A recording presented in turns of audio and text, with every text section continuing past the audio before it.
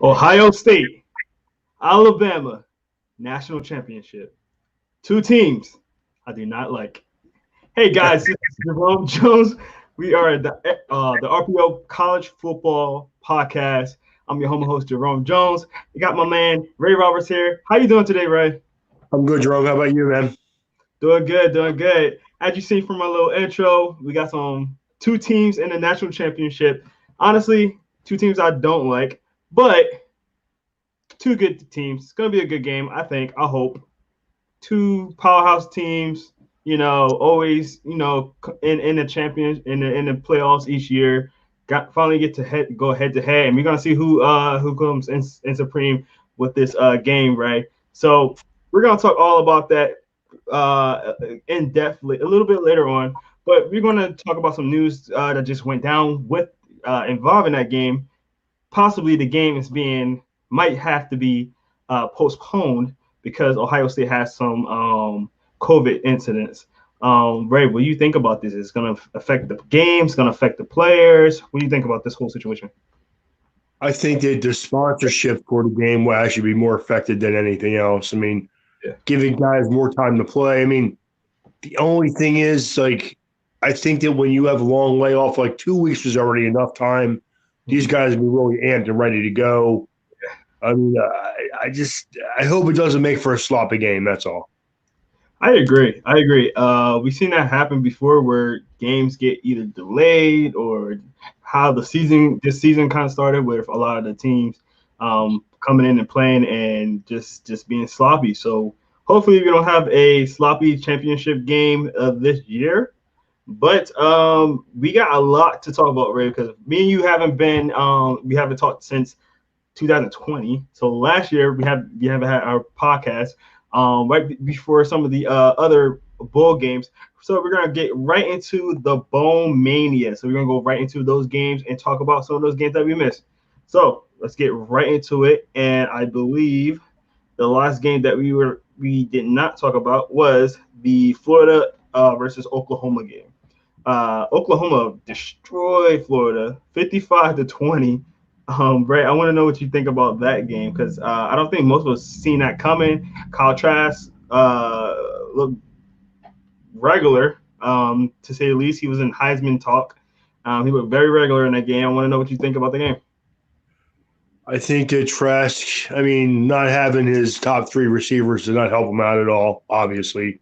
Yeah. But honestly, we saw that Florida's defense is not up to snub. I mean, Oklahoma, we know Oklahoma has a good offense. Marcus Major at running back, Spencer Rattler at quarterback.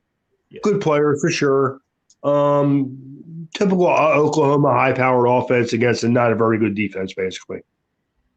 Yeah. I think who did Florida just lose to? It was a UNC. Yeah, not that. Yeah, Yeah, so it was kind of the same thing where that defense got really exposed. The offense have to keep up with what the defense is doing. It doesn't help that Kyle Trask threw three interceptions in that game. That did not help at all. no, but I mean, like I said, not having Kyle Pitts and Yeah, Kadarius Toney, Trayvon Gibbs, Grimes, kind of like handcuffed him a little bit. I mean, I'm not going to say that's the only reason, but it absolutely didn't help him out at all for sure. So definitely. And the fact that Oklahoma's on the ground was 435 yards rushing. I mean, yeah, from and up on the again, ground, same thing that UNC did. Just really controlled the clock, ran the ball, ran all right down their throats. Rattlers had a really good game. When me and you, if you guys haven't been watching our podcast the last couple of weeks, we've been talking about how Rattler been a little inconsistent in the beginning of the year, his first year, COVID year too. And then started kind of getting hot at the end of the year. He had 3 touchdowns, 247 yards. What do you think about his performance, Ray? very very good performance actually. Like you said, 246, 3 touchdown passes, another 40 yards rushing, another touchdown. I think that what you saw is you're going to see him as one of the front runners for the Heisman next year. So Correct. I think they already put out the Vegas thing. I think he was number one already. He yeah, had the odds already. So right after the Heisman. Speaking of the Heisman, I know we were talking about the bowl games, but let's talk about the Heisman real quick, Ray, because we didn't get into that news also. The Heisman Trophy award came out last night, and Devonta Smith got the Heisman last night. First time a non-quarterback got the Heisman, and I think it was since 2007, I believe it was. Yeah, Um, and the first time a wide receiver has won it since '91. Your yeah, boy Desmond Howard. yeah, my boy Desmond Howard. But yeah, There so you um, big ups to him. I'm glad. I'm always glad to see a non-quarterback get it. I mean, no offense to quarterbacks, we all love quarterbacks, but they get way too much praise, and I don't think it's enough praise to other positions.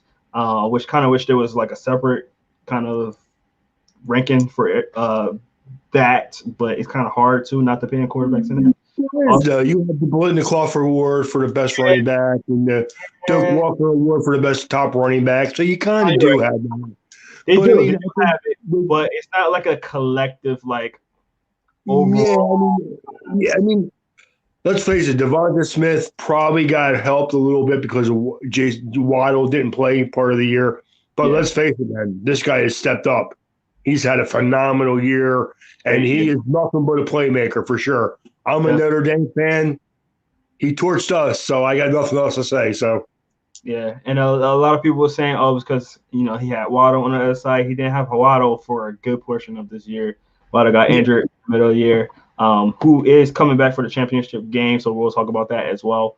I mean, Who should be back for it? But there's two ways of looking at it. You could say, well, Waddle not being there, so he got more targets, which I'm sure he did. But correct, you also could argue that he wouldn't be as quite as good because now he's getting double coverage on every play. But it don't exactly. matter. The kid is a playmaker. There's no question about that. No question about it. I totally agree with that, Ray. I'm happy for him. Like I said, I'm not an Alabama fan, not an Ohio State fan. I am a football fan though, and I do like these kids on these teams, and especially when you break a trend, being the first wide receiver in such a long time. Uh, Kudos to that. Hopefully, one day we get a defensive player. I don't think we'll ever get another defensive player in there other than my guy, Charles Woodson. But hopefully, we get another a Heisman defensive player. If not, uh, it is what it is. But I always like to see somebody else other than wide receiver. I mean, quarterback. Occasionally get your running backs in here too. It's good to see Yeah. a receiver get it one day. So that's all. That's really awesome to see. We're gonna go into our first comment. He says he deserved it the most. He definitely did. I totally agree. I'm guessing this is Remy. So what's going on, Remy? Thanks for coming back on. We miss you, Remy. I'm pretty sure this is you. I'm like 100% sure this is you. If it's not you, please let me know. I apologize if it's not you. But yeah, he definitely deserved it. I feel like he plays like Odell Beckham. He reminds me of Odell Beckham. I don't know about you. I don't know if he's as fast as Beckham. I heard a good comparison. Marvin Harrison Oh, kind of reminds me of Marvin Harrison, like a 4'4", 4'5" guy. yeah, A guy who runs great routes. His yeah, stem, his receiver, his like stem of like getting open. He gets open all over the place. yeah. I mean, I like that little bit. Little faster. Antonio Brown Yeah. runs great routes. I mean, again, I agree with Remy.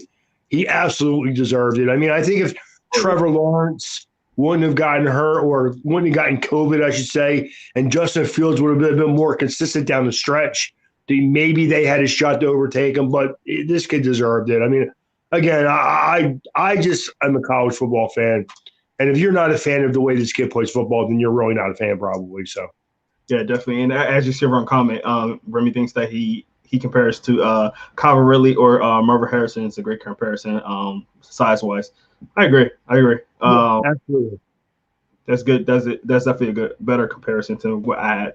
But let's move along to our Bona Mania. We talked about that real quick. That he says Smith was clearly the best player in college football. He is upgraded. Marvin Harris. Hats off to him. Hats off to him. Yes, definitely. definitely deserves it. Like I said, I am not an Alabama fan, but I am a football fan, and I do think that he tore it up this year. I can't real recognize real, man. Real recognize real. So let's get ready to our next game. We're gonna speed through a couple of these. We're gonna go toward more of the closer, better games. Mississippi State versus Tulsa, 28-26. Ray, what do you think about this game? Because we were talking about Mississippi State this year, very underwhelming after their first game against LSU, beating Tulsa, which I think both of us had Tulsa a little bit higher than some people. What do you think about this one, Ray? Well, I think I like Tulsa's defense. I think they have some really nice players on defense. I think that yeah, Mississippi State had one of their better games. I mean, like they really haven't played. I mean, up and down. I mean, they finished. They're 4-7. Why are they in a bowl game to begin with? But I guess it was one of them years, you know. So what are you gonna do? No, I hear you on that because when I looked at it, so like, ooh, they're playing in the bowl game and they're playing against the 24th player team. That's weird. That's really weird. But yeah, surprisingly, turnovers killed Tulsa because if you look at the yards, I mean Tulsa had 484 yards and Mississippi State only had 271 total yards. So Absolutely. the turnovers definitely hurt them. Yes, without a doubt. Just not. I mean, like a competitive game. No, I mean, I think most of the games were pretty good. Yeah. I just don't. I don't understand why a 4-7 team gets invited to a bowl game. I just don't. So I agree. And Remy says that the ending was a disgrace. How do security or coaches even allow that to happen? Oh yeah. Oh, the fight. Oh man. Yeah, I totally forgot about the fight. That was gross. That was really bad to see. I seen guys hitting somebody and running. That is not college football. That was gross. I'm surprised I even forgot about that. That was really bad to see. Great show from what I'm hearing. Keep it up. Great work. Thanks, guys. I appreciate that. If you do like this, please make sure you go to our YouTube channel and subscribe and like. That really does help out the channel, help out our podcast. We also have 2 other podcasts. Fantasy football podcast, and we have an NFL podcast, which is coming on tomorrow. So make sure you check that out at 6:00. But yeah, the end of the game was definitely gross to see. Definitely don't ever want to see that ever again. And I don't know how that happens. I really don't. Red, you got anything to say about that? well, again, it was kind of embarrassing what went on in the field after the game that night. But I mean, hey man, look what's going on in the White House today. I mean, it just, you can't, or you know, down in Washington today, I should say. I mean, you just can't, you can't understand how people will let like losing escalate to that extreme because you are a sound-minded, thinking person, and that wasn't. They reacted to something that they didn't like, and man. I hate seeing stuff like that because I'm not a violent. I'm like, I like speaking my mind. I'm an American. I like the idea, the right to speak my mind, but you need to leave your hands to yourself, man. And that's all there is to it. Correct. Definitely. All right, let's get back into football news. Unfortunately, you know, there's a lot going on in the world, but we are here for football and, you know, everything that's going on in the world, everything that happened in that bowl game is outside of football. So let's get right back into it. West Virginia versus Army. Ray, again, I know you like Army this year. They're 9-3, losing to West Virginia 24-21. Ray, what do you think about this one?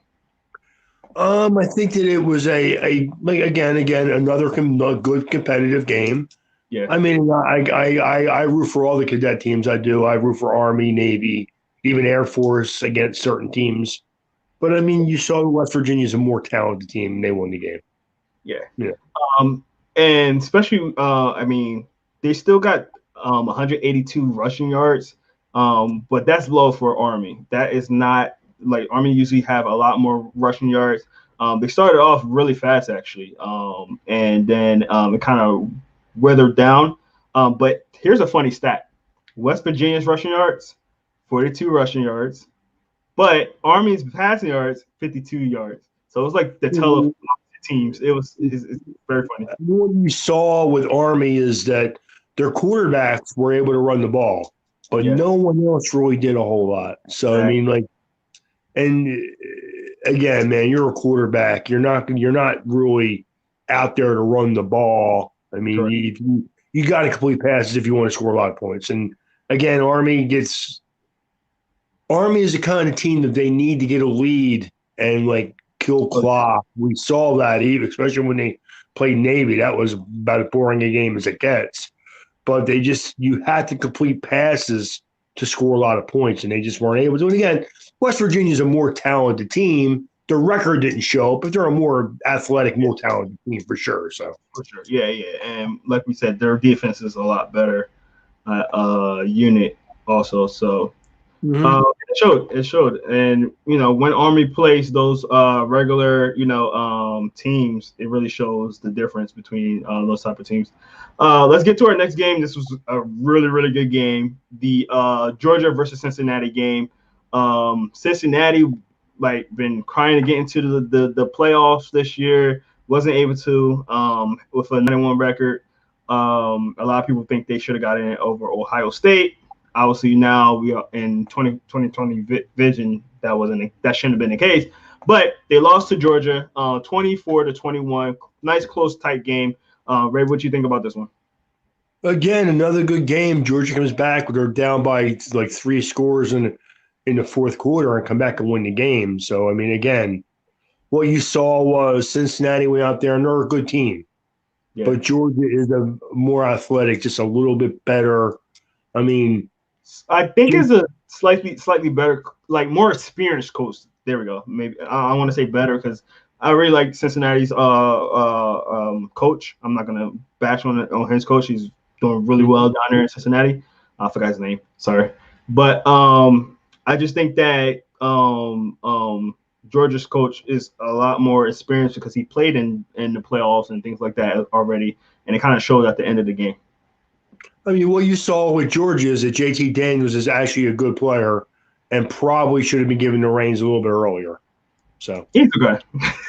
I'm not gonna say he's good. He's okay. Like he had his struggles in the beginning of the season. He is the better quarterback of that team. I think right. that's maybe that's Again, you're talking about Georgia. You're talking about a very good defensive team who really only needs 20, 30 points to win most games. So yeah. And they got Kirby Smart. Like I said, he's used to playing in the playoffs. So he knows the grind of like playing a whole 60-minute games and going through it and all that stuff like that as well. Because as you see, it was 21-10 in the third quarter, and then Georgia, came alive in the fourth quarter. I mean, I didn't get to watch a whole lot of the game. I was visiting family at the time. I just kept getting the updates on my phone. Like, wow, they're actually winning. Yeah.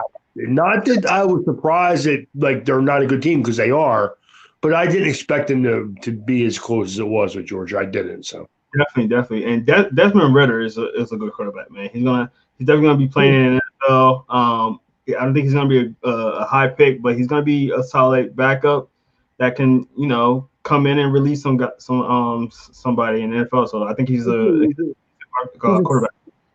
Yeah, he's a solid athlete with nice timing type passer. I Yeah, think he has an upside as a backup at the next level, where I think he's a good player. So correct. All right, let's get to our next game, and we're gonna go with let's go to Northwestern and Auburn.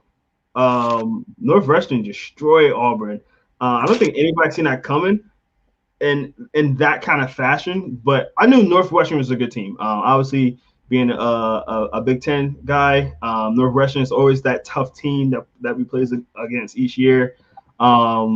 I thought Auburn had more talent on their team, but like we've been saying from the beginning of the season, they've been very inconsistent. Only having a 6-5 record this year. Also, very very disappointed with Bo Nix this year. Ray, what you think about this one? I think that Bo Nix isn't quite. I don't think he's that great of a quarterback. I think he's a solid athlete. Hmm. I think he gets rattled in the pocket, wants to leave the pocket way too early at times. They really didn't establish much on offense. And Hmm. Northwest is a good defensive team. So I'm not surprised by the outcome. I wasn't. So Correct. Correct. Um, I was surprised that it was that kind of distance between the two teams. Though. That was my my gripe with that. Um, Zach Williams is very good for Auburn.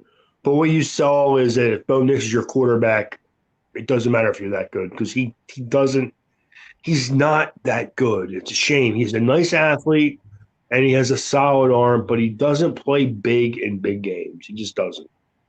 Definitely. And Patrick Ramsey had a really good game. I mean, sorry, Peyton Ramsey had a really good game. 291 yards, 3 touchdowns. Looked really, really solid in that game and looked strong going out. And he's coming into the draft as well. What do you think about his performance, Ray? Pay very efficient, 24, 35, 291, 3 touchdowns, another 50 yards rushing on 10 carries, another touchdown. Yes, a very nice. He was the standout star of the game on offense for both teams. So Correct. And I feel like the more games he played, because obviously he just transferred to Northwestern. First year Northwestern, he played at Indiana, I believe it was last year. yeah, So I feel like each game that he played with the new team, new scheme, new teammates, he got better and better each week. And he's another guy that's going to come in this draft, and he's going to be getting some looks with him as well. I don't think he has the upside as a starter. I don't know if he's a starting quarterback. I think that again he can be a nice backup for somebody. He has some nice arm talent. Doesn't Mm-hmm. have great arm strength though, and of Correct. course that will hurt him in the NFL. So, but I think he'll play. Yeah, for sure, for sure. I mean, we've seen plenty of guys that don't have that strong arm, but they, had long careers in the NFL as either backups or relievers or whatever you may want to call them, in this day. So definitely, I definitely agree with Kyle that. Trask. Who? Kyle Trask. I'll trash. There you Yeah. go. A nice athlete who has a solid arm. Mm-hmm. He puts the ball in good locations, but I think at the next level, he's another one who's his arm strength might hurt him a little bit in the tight windows. So I agree. I agree. All right, let's get to another game. This game, I, I didn't see this game coming, but at the same time, I'm not super surprised about it because they didn't have a starting quarterback. Talking about Indiana versus Ole Miss. Indiana didn't have their starting quarterback, as we talked about a few weeks ago. He was out for the season, so they didn't have him. But it was a competitive game. I mean, 26-20, Ole Miss winning that game. Ray, what do you think about this one? again, not having a starting quarterback kind of hurt him a little bit. They didn't really do much on offense. I mean, they were okay. Jack Tuttle had a solid game. Had to threw one really bad pick that cost him the score. Matt Corral from Mississippi had a nice game, 20 of 44, 342, Mm-hmm. 2 touchdowns. So he had a nice game. That's really were probably the best players on the field that day, or at least one of the best players. Again, I'm not surprised that I was surprised. I thought Indiana would play a little better. I thought Indiana probably would win the game I because thought so. they had played better football most of the year. I mean, again, you're talking about Mississippi, who was a 5-5 team, as opposed to Indiana, who had a couple really nice wins this year. So, Yeah, Indiana had a very surprising year this year. Um, one of our guys though, Ty Fogel, 8 targets, only 3 receptions for 34 yards. Not a good game yeah, for him, but it did reflect from the quarterback play and things like that as well. Excuse me. So, Indiana losing the quarterback earlier this year didn't help them out. I mean, he's a nice player who has some upside at the next level. So, we'll see. definitely. All right, let's get to Oregon versus Iowa State. So this is one of the games I was not able to see, but I was extremely surprised by the result of it. I thought Oregon was a little bit better. I mean, their record is only 4-3 this year. A little bit of a rough year, but I did not expect them to get blown out. 34-17. Excuse me. They came out the gate really competitive, and then the second half of the game, they absolutely did not score at all. So Ray, what do you think about this one? Again, you saw Iowa State. Brock Purdy had a nice, efficient game. Nothing special. Just Yeah. a solid all-around game. Brees Hall, who's a nice player, had a good game. Only Yeah. averaged 4 yards a carry, but had 136 yards and 2 touchdowns. So it allowed them to stay ahead of the game, stay ahead of the sticks, and basically never really lose control of the game. Yeah, they're very balanced. They're a very balanced team. Like you said, never never lost control of the game because it was really their game to be had. Kept time possession. Um, had way better rushing yards than Oregon. And you would think Oregon have a little bit more better rushing, just based on the type of offense that they have. But they only had 86 yards total rushing. Yeah. Again, they never really got their offense going. Yeah. And again, Iowa State just did enough ball control, run the ball just well enough to make sure that they outlasted them basically. So For sure, for sure. All right, let's get to the next game: UNC versus Texas A&M. Wow, Ray. Wow. 41-27, another blowout. This one totally had me by surprise. The two really good running backs that UNC has only mustered up 90 total yards that game. When a couple of weeks ago they had almost 500 yards rushing in one game. Ray, what do you think about this one? again, I think it was actually fairly close to a game to like the middle of the third quarter, and I then believe, Texas A&M just took control of it. yeah, both. I believe both the running backs opted out. If I'm not rude. They Uh, did. Neither one of them played. yeah. Yeah. Go ahead, Ray. I'm sorry. No, neither one of them really played, and I think North Carolina was one of them teams that like they're a good team. Their defense struggles way too much in like many games. I agree. Yeah, and without the two leading Russian running backs, it was very tough on them. I said this before. I think there was more of a running team this year, and they should have leaned on their run more. But like without your running game, you have to lean on Sam Howell, who is not a bad player at all. Don't get me wrong. No, it's not. But you don't want to get out there with a team like Texas A&M and try to throw the ball around because Texas A&M's defense is pretty good. And Oh yeah, again, North Carolina's defense was basically not showing up. The only way North Carolina's defense played well is when they would go out there and play well in spurts after. Like when you watch North Carolina, they ran the ball so well this year yeah, that if you got the ball for 20, 25 minutes of the game, you better score because they were going to score. right, But correct. Texas A&M did it the other way around. They basically got after them on defense and took control on offense. So Exactly. Like you said, the offense of UNC really maxed the defense because they controlled the field, they ran the ball, they took the time of possession, and allowed the defense to stay on the bench for most of the time. And when they did have to come out, they didn't have to do much. They were more rested. Blah blah. This game was, like you said, the total opposite, where Texas A&M was the ones that had control, and UNC was the ones that had to play catch up, and it wasn't a good recipe for them. well, when North Carolina turned the ball over, I think 2 fumbles, 1 pick.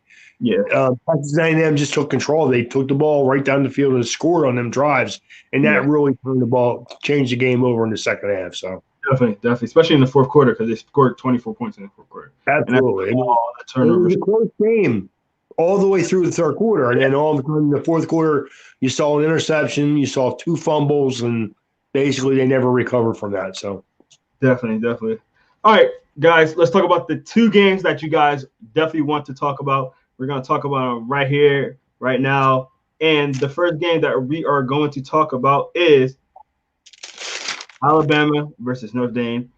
Ray, I'm sorry. We have to talk about it, though. Let's talk right about it.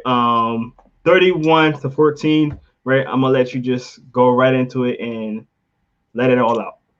Well, I mean, basically, I'm not surprised. I wasn't surprised. I thought if Notre Dame was going to compete in this game, that they needed to get their running game going. That never happened. You saw that basically Notre Dame's players. Notre Dame has good. Kyron Williams is a good football player. I say that. I like Carol. I like Carol Williams. I like his vision. He got a really good vision for a running back. He does. He's a good football player. His jump. He was making like two moves in the backfield just to gain yardage. Exactly. Their offensive line, Notre Dame's offensive line did not have a great game. This is a game they struggled, especially in the middle of their offensive line. They really did. You saw Notre Dame. Yeah, Notre Dame's tight end is a nice player. They really don't have nothing outside to really speak about a lot. And what you saw was Alabama has more dominant players on offense, especially at the skill players, and they showed it. I mean, Notre Dame had no answer for Devonta Smith or Najee Harris. No answer for them two guys at all. Nothing. They did. I mean, nothing they did slowed them down. So definitely, Devonta Smith definitely roasted you guys. I mean, 7 receptions for 130 yards, 3 touchdowns, and the man was injured. He was playing injured most of that game. So you see why he got the Heisman Trophy. He really dominated you guys. I think he was the X factor. Najee Harris was definitely the guy. Also, you guys were really struggling to tackle him.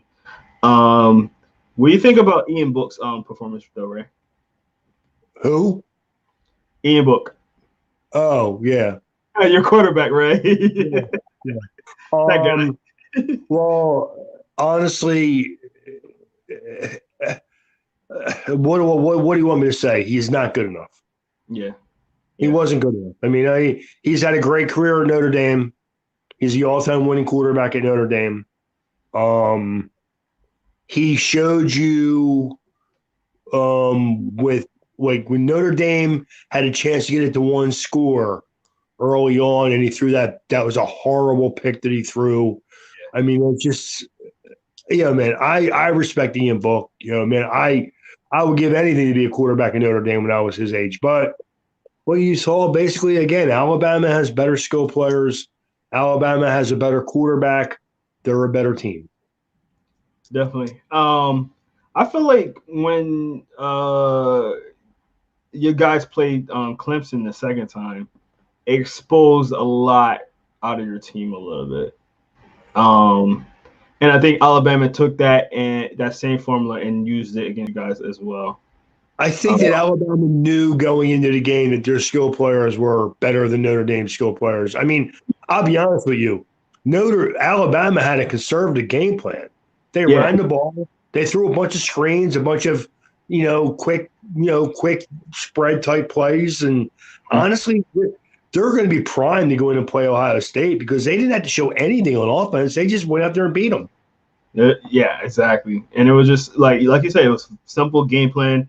And yeah, I think Mac Jones looked really good. I mean, obviously he has those weapons that he has, but he had a really good game. 25 for 30, 297 yards, 4 touchdowns. Didn't have to do much. Like you said, there was a lot of screen plays and stuff like that. And just went down the field and, kept scoring on you guys. And, I thought it would have been a little bit of a closer game because Notre Dame has a really good defense, but they exposed some spots on your defense this game. On secondary, I mean, I was talking to a couple friends of mine, like guys that are big Notre Dame fans, and I knew Najee Harris was a beast and he was going to be hard to contain. I did, but I told him I was texting like right before the game. I'm like, I'm really worried about Notre Dame's corners against Alabama's receivers, and basically that played out. So definitely, and you guys have like smaller linebackers too. Your best linebacker Jeremiah Asu. Yeah, well, he's actually a good player.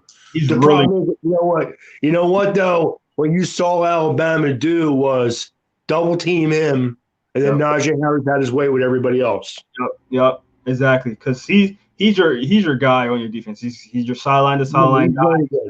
Yeah. He's your cover linebacker. But Yeah. like you said, you get two linemen going against and double teaming him, it's over. He can't get away from that because he is already a smaller linebacker. Yeah, I mean, basically what you saw was they would pull an offensive lineman, get to the second level, and make sure they put a hat on him. And again, Najee Harris is a beast, man. I already know he's a beast. He's going to look great in Miami Dolphins uniform next year, though. So it's all good. Right, he wants all the running backs. Either him or ETN. That's all. All right. Let's get to the next big game that it was Ohio State versus Clemson. Man, right here, it's another game that I was like not ready for. 49-28. Clemson did not look right. They couldn't get nothing going on the ground. Actually, they were saying how Trevor Lawrence didn't look that good. I think he did. He had a good game. He had an interception, obviously. But Justin Field, man, the kid was injured and he was slinging it. I mean, I was looking at that like, how is this happening? The kid was like barely standing and threw 6 touchdowns. Ray, what do you think about this one? I think that Justin Fields had struggled up until like not the game before, but the 2 games prior to this game. He had actually struggled a lot, but he showed up for this game and he helped his draft stock and for this coming draft. So we'll see what happens. I was surprised. I thought that Clemson would come out and play better football, and they just didn't. They looked unprepared to play, which you're not used to seeing Clemson look that way. I don't think Trevor Lawrence was the problem. I think Ohio State went out there and did kind of what Notre Dame did in the first game. Now, the difference is Ohio State's a little bit better athletically in the back end. They didn't allow Trevor Lawrence to ever get his feet under him, even though he had a rushing touchdown. I think he averaged like 2 yards a carry. He didn't really do anything off. I mean, as far as running the ball. If you look at his completion rate, he was fine, man. He had 33 to 48, 400 yards, 2 touchdowns, and he did have 1 pick. But he just Clemson never got anything going on offense, really. Ohio State did exactly what Ohio State needed to do, man. I was surprised. I thought it would be a good game. Yeah. I thought, honestly, that would be a lot better. I thought that was going to be a better game than the Notre Dame Alabama game. And I was surprised that it wasn't really. Ohio State basically dominated from the middle of the third quarter on. Yeah. They had 35 points at half against 14. It was bad. I do have 2 points to make. One is, and let's get to our comments right here. Had to win that one after giving that game away last year. Definitely, it was definitely a revenge game for sure. 2 things I want to say to you, Ray, is the difference that Chris Olave makes on that Ohio State offense is huge. Without a doubt. And he really opened up that offense, I believe. I think he's. I feel like he don't get talked about enough. I mean, again, I hate Ohio State. Don't get me wrong, but this kid is nice. Once he left the game, and I think that's where you've seen some struggles from Justin Fields, because he didn't have his number 1 guy. Once he got him back, obviously they had their running game going with what's his name? Sermon. Yeah, that kid's good too. He probably should have been starting all year, honestly. But he been spending time with Master T. But go ahead, Ray. They just continuously after they got a lead, and they basically got after Lawrence. And again, Lawrence's numbers look good, but you saw he just never looked comfortable in the pocket in this game, really. Correct. Just to show the growth or coach Ryan Day, you could tell was out coached down a stretch last year game by Dabo. Yeah, I was one of those guys that wasn't always sold on Ryan Day. He just inherited a really, really good team last year. I was like, Ryan Day, he showed me a lot this year. I gotta admit that he showed me a lot. He showed me that he was the coach for that team. Like I said, I wasn't really sold on him last year.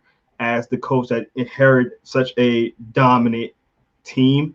But like this user just said, like he really showed what he learned in the growth from last year playing against Dabo. So and my next thing, and I said I had two things to say about that, and the last thing is that Dabo Sweeney saying that Ohio State was the 11th ranked team definitely lit a fire on that team. I mean,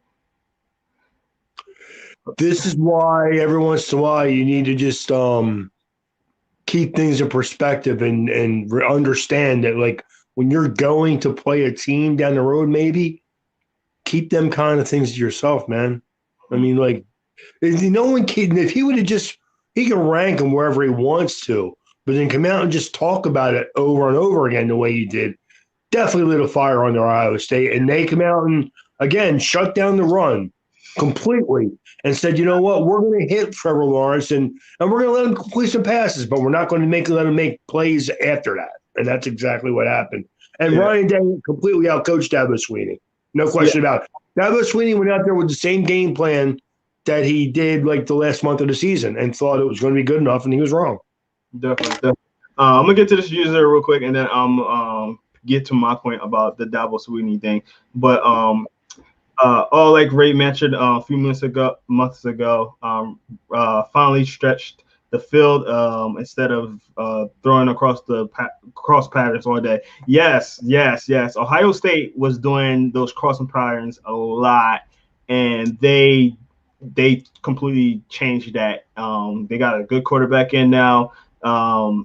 And I'm sorry to say, but when they had Dwayne Haskins, that was it showed a lot of what he did those years. He had really good wide receivers doing a lot of crossing routes, and picking, choosing which one he wanted to throw to. Now that they have a more capable quarterback, they are able to throw down the field more and do different things with Justin Fields, right? I mean, the difference you see is that Justin Fields has actual arm strength, Correct. not just a good solid arm. He can actually put balls in the tight windows, and again, you can see by how Ryan Day opened up the offense. He tried to open up all year. I don't know. Justin Fields struggled for like 2 weeks there, where he did not play very well. I Yeah, don't understand. Probably part of it was Olave was banged up he and goes along. wasn't playing that well. That was definitely part of it. But he just seemed like they were confident in him, and his confidence showed out. And again, I don't really care. I don't like Ohio State, and I'm not a Clemson fan either. So I enjoyed watching this game. I was surprised by the outcome and the final score. I was, but I was impressed by Justin Fields. I think he silenced a lot of people in this game. Definitely, definitely. All right, so to get back to my point with Dabo, um, I hate, and I hate this with a passion. I hate when coaches talk smack. Like that's not for you. Don't do it, man, because you putting your guys in the fire. You're not on the field. You're not out there, having to live with that what your coach said. I do not like when coaches do that. You're not the quarterback who's getting his ass rocked. Excuse my language. You're right, though. You're not the one that's out there getting hit by these players that are motivated by what your coach said. So, Really? as a coach, I do not like that. I love Dabo Sweeney. I like his personality. I think he's a really good coach. I think he running a really good program. But I just don't like when you do stuff like that. Like as a coach, like let your players talk. Let your play scheming, do the talking, but don't come out, especially when you have to play them. Come on, Dabo. That was just, and now you gotta live with that now. Now you gotta live with everybody on Twitter, and your players are on Twitter. Like everybody on Twitter Mhm. talking about, oh, your coach shouldn't have said that. Your coach shouldn't have said that. Blah blah blah. You just put your team in a bad position. I'm sorry. But to go back on Justin Fields real quick before we get to the championship, Justin Fields is a really good quarterback. I do think that the Olave thing was a big factor into his struggles. Like I said, once you have your number one receiver go out, I think you really need to. It really affects your game. It really does affect your game, and especially when you're working with more younger wide receivers too. After that, I think it really affects your game. But kudos to him. I mean, the guy got speared in the back, was hobbling off. The first touchdown he got after he came back in, the kid was like obviously hurting. Like it was so obvious. He threw a strike. That just tells you about his arm strength.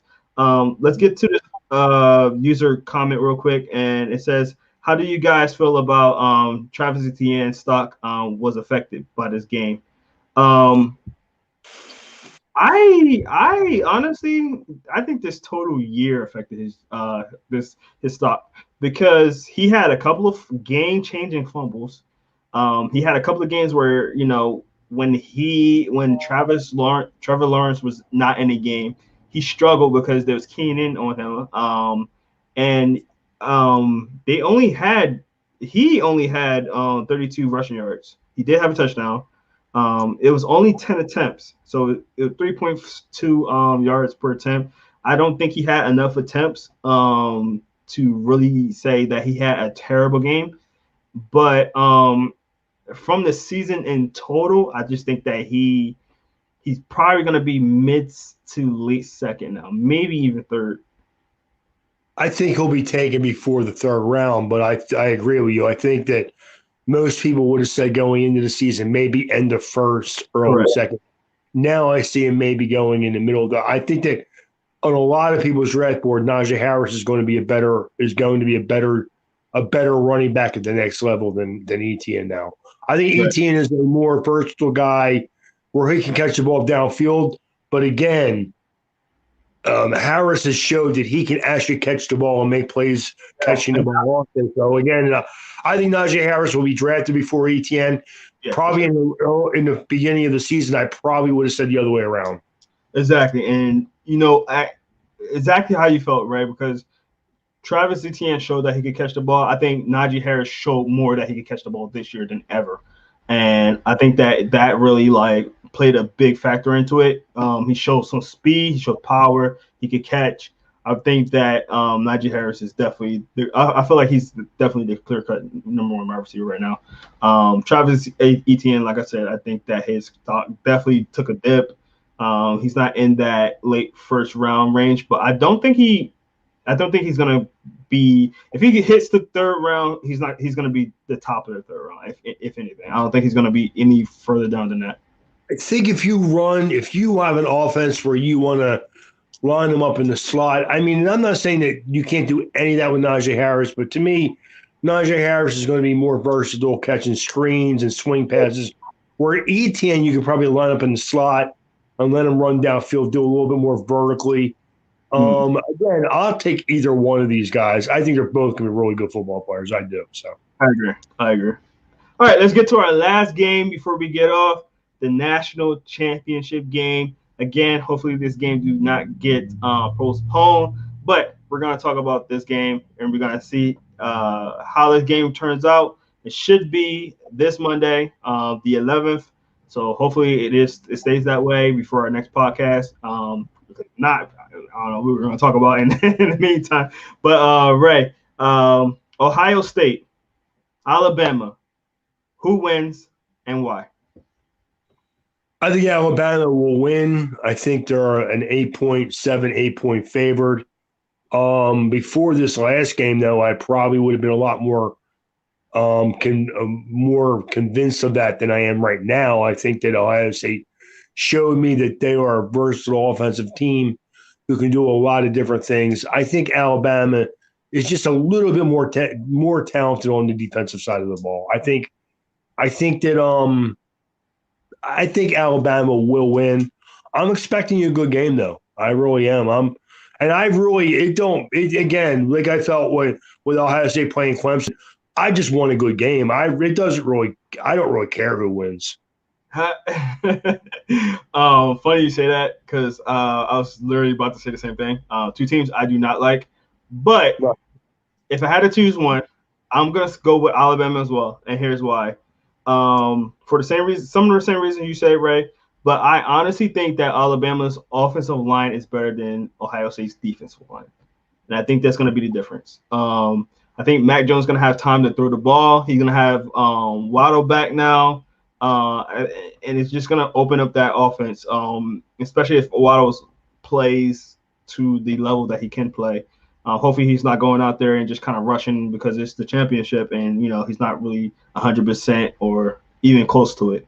But I think that their offensive playmakers is going to be too much for Ohio State simply because they got 2 first-round wide receivers out there. You got a Heisman winning wide receiver is going to be top maybe 5 to 10, maybe not even 10, maybe even just top 5 player. Mm-hmm. You got Waddle, who's all-time speed out there. Mac Jones looked really good. I mean, coming into the season, I did not think anything of Mac Jones. I didn't think he was that good last year. He really showed that he improved from last year. And those weapons, and like we were just talking about, Najee Harris is just going to be too much with that offensive line as well. I just think it's too much firepower on offense for Ohio State. I do hope it's going to be a good game, like you said. Ohio State, I think it's going to be a shootout, though. I do think it's going to be a shootout. I don't think it's going to. The over under in the game is 63. Wow. Yeah. Wow. Yeah. So everybody's expecting a high scoring game. I will say this: if Ohio State does win, they need Justin Fields to play exactly how he played against Clemson. Correct. Yeah, maybe somebody need to hit Justin Fields. Maybe he might get another. Maybe somebody should ask Nick Saban how he thought how Ohio State should be ranked. Yeah, because these guys were definitely motivated. They were definitely motivated. So me and Ray both got Alabama coming in, but you never know. I just think that there's so much firepower on Alabama, and Alabama, fortunately, probably going to take another championship. Unfortunately, I can't win in this game. I don't like either team, right? But I do hope for a good game. There's a lot of NFL prospects that's going to be coming out of this game. So this is definitely one of those games that you definitely want to make sure that you check out as much as you can. And we'll see how it goes. Hopefully, like we said, hopefully you don't get delayed and we get a really, really good game. So with that being said, guys, that's going to do it for us today with the RPO College Football Podcast. We'd like to thank everybody that was in our chat room today, everybody that's checking us out right now today. We do appreciate everybody in there. Also, make sure, please, that you check us out on YouTube. We are on YouTube. We got some great things on YouTube. We got draft analysis on YouTube where you can go in and see what we think about some of these drafted players. We also have gaming on there. We got player interviews. A lot of these players that we're talking about are on there as well as on our Spotify, Apple Podcasts, and Google Podcasts. Just search Inside the Hashes. And make sure you check us out on all social media, Inside the Hashes, at Instagram, Facebook, Twitter, and LinkedIn. So please check us out on each one of them. Also, guys, thank you so much. Make sure you check out our Discord. We talk about all football on there. College football, NFL football, we got arena football, we got fantasy football, we got NFL draft stuff that we're talking about there. Any questions that you have throughout the weeks in between our podcasts, whatever, you can definitely go check that out.